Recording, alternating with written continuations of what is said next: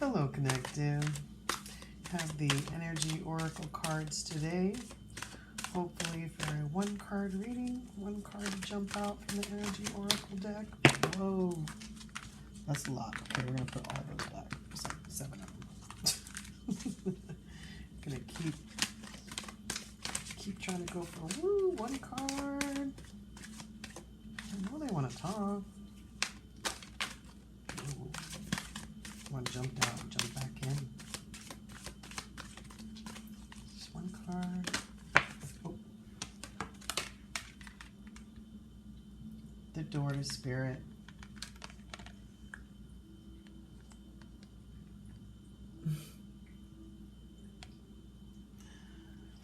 You know what?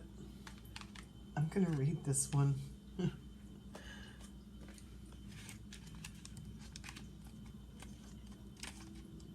So funny, while I'm looking for this number, my guides just gave me a message with these cards. They told me to keep going.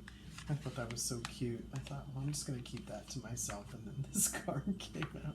So, Door to Spirit, spiritual awakenings and new beginnings. Oh my God, it's about you guys. Upright, this door opens onto the expansive energetic realm where all new beginnings originate. The orbs of light are guiding you through the clouds of the earthly world, leading you to a deeper understanding of your eternal identity, the source of all true value and power. This door opens onto truly unlimited potential, for the changes that happen here reach deep into the core of your being. As such, this card often heralds your increasing powers in the spiritual arts and a deepening connection with the spirit world. Don't be surprised if you find yourself becoming more intuitive, more aware of Spirit's presence, or more powerful in your own healing practices. Now is the time to open up to the unexpected guidance and inspiration of Spirit and to the magic and power of your true identity. So there is an affirmation. Let me read it.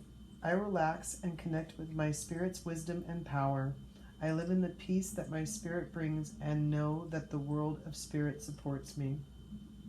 This is so true. And, you know, they're always communicating with you. They are always sending you messages. The difference is that some people don't believe, and so they need more like roundabout messages. I need to explain this. Okay, so let's say that I'm a spiritual being, but I'm not really tapped in. And I'm trying to do something in the 3D, something financial, and I somehow start to get kind of looped into this scam, okay? And let's say, I fancy myself as spiritual. I'm like getting ready to walk into this scam, and then, at the very end, after all of the process has been done to get to the point where I'm going to get scammed, let's say the bank kills the transaction. And you're like, what the heck? Let me call the bank and see what's going on. You call the bank, and the bank says, we stopped it because this isn't like you. This isn't your pattern. And you kind of go, wow, this isn't really like my pattern. It's interesting that the bank knew that. Let me just look at what pattern I'm doing right now. And you kind of go back and you kind of feel like, well, this looks kind of scammy now. Like, how come I didn't see that before? And then you'll be like, why wasn't I warned? Like, I'm so spiritual, And then you realize, like, you were. There was so many red flags that you had, like, maybe a belief system that kept you moving in the direction that you really weren't supposed to be going. And you finally needed a 3D sign to shut it down. Now, you still have free will. So let's say you decide, well, no, I mean to do this. Like, the bank says, this doesn't seem like, and it's okay. I'm going to do this transaction again. You have that option. But what I'm saying is that if you were like really tapped in, if you really really were listening to what the subtle signs that were coming to you, sometimes they're pretty subtle. I mean, they should kind of stand out, but sometimes they can be kind of like almost like you need like 2 or 3 of them to go, oh, that happened and this happened and that happened. That's kind of weird. A really good example of that is I'm not really huge in numerology. I do pay a little bit of attention. I've always had a favorite number since I was a kid and that kind of thing. And, but I don't factor it into everything and not really anything. But at one point, I kept seeing the same numbers on the clock. And they weren't like number 3, like it was a complex number, right? I started looking this up. I was like, what in the heck is going on? The internet said nothing. The same number, right? So I finally go to my spiritual advisor and I say, look, I keep seeing this number, and I'm not just talking about on the clock. I'm talking about everywhere. I'm talking about I got pictures of this number, on receipts from my dentist. I've got this number on the calculator. I've got this number everywhere.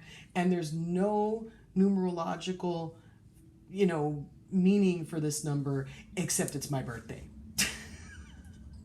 It's my birthday. That's the only reason that I understand that I see this number, and I just don't understand why I'm seeing it. And she said, well, you're birthing something new, But honestly, if it wasn't my birthday, I don't even know if I would have seen it. I wasn't looking for any numbers, So I think what this card is also telling you is to be aware of what you're seeing. I mean, I know it's kind of hard in a spiritual awakening. I'm going to address this.